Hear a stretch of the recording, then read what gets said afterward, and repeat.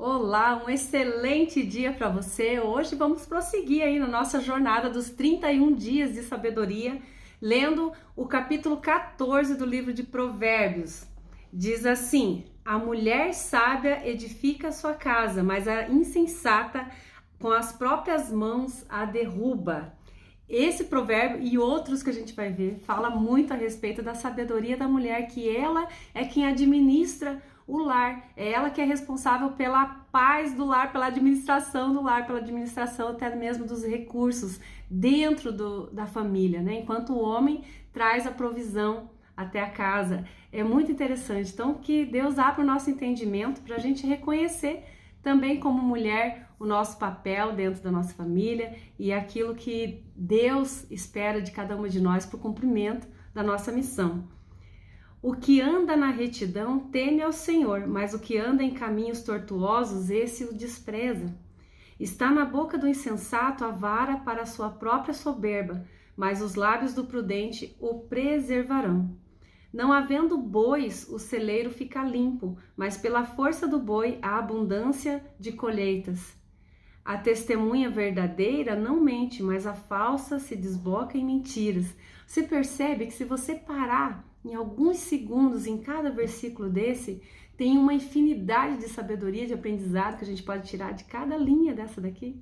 E por isso que a palavra de Deus diz: meditai na palavra de Deus, para que você possa conhecer as profundezas da sabedoria de Deus. Então eu te convido a ler, a parar, a gastar um tempo na leitura do provérbio, deixando o Espírito Santo ministrar ao teu coração aquilo que Deus precisa te ensinar a partir de cada versículo desse que está aqui.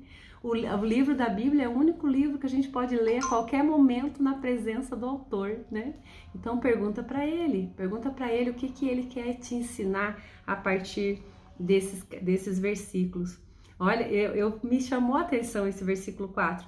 Não havendo bois, o celeiro fica limpo, mas pela força do boi, a abundância de colheita. Eu creio que ele está falando a respeito do trabalho. Às vezes, se você não fizer um bolo, você deixa a tua cozinha limpa, a tua louça lavada, fica tudo organizado.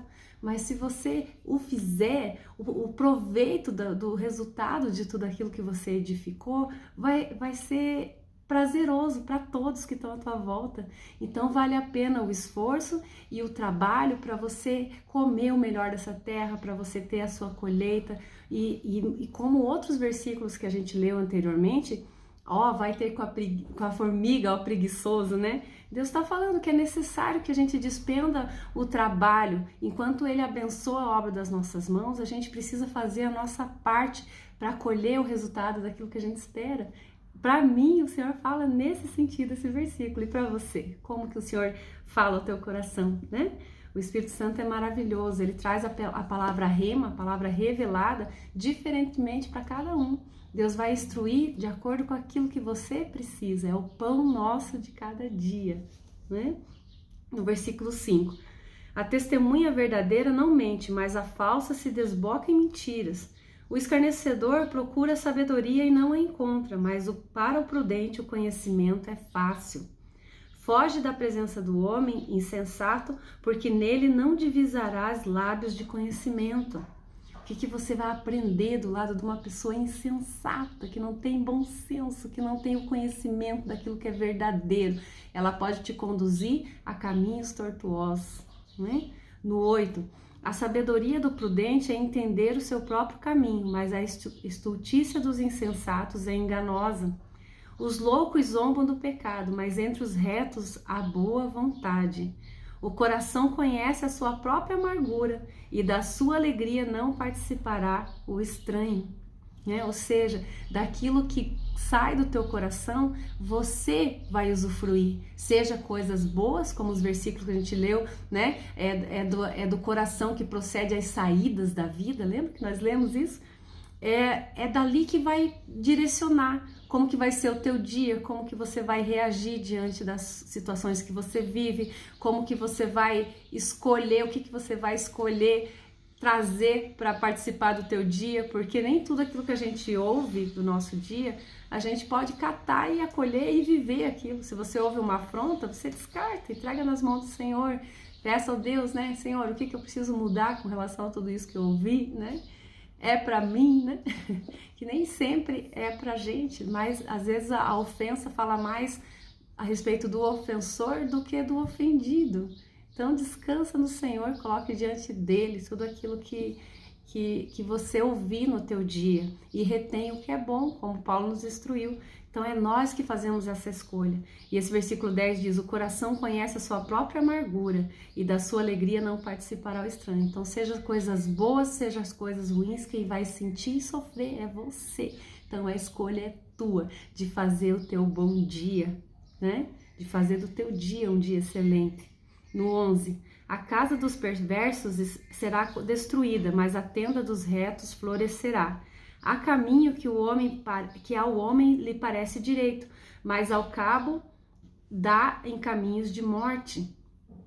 Nós não conhecemos um palmo diante do nosso nariz, a gente não tem o conhecimento de Deus para saber qual é o certo e qual é o errado. Nós precisamos da verdade absoluta de Deus, nós precisamos do posicionamento, do direcionamento do Espírito Santo para que a gente não caia no engano, né? Então nós precisamos entregar nossos caminhos ao Senhor, entrega seus caminhos ao Senhor, confia nele e ele tudo fará. Lembra? Você já leu isso em algumas canecas por aí, né? A gente precisa viver a palavra do Senhor, né? Não só ser ouvinte dela, como o Senhor Jesus nos ensinou através da parábola da semeadura, né? Ela precisa cair em terreno fértil e dar fruto. No 13, até no riso tem dor o coração, e o fim da alegria é tristeza. O infiel de coração dos seus próprios caminhos se farta, com o seu próprio proceder, o homem como do seu próprio proceder. Vou ler de novo, tá? Esqueci uma vírgula aqui, já perdeu o sentido.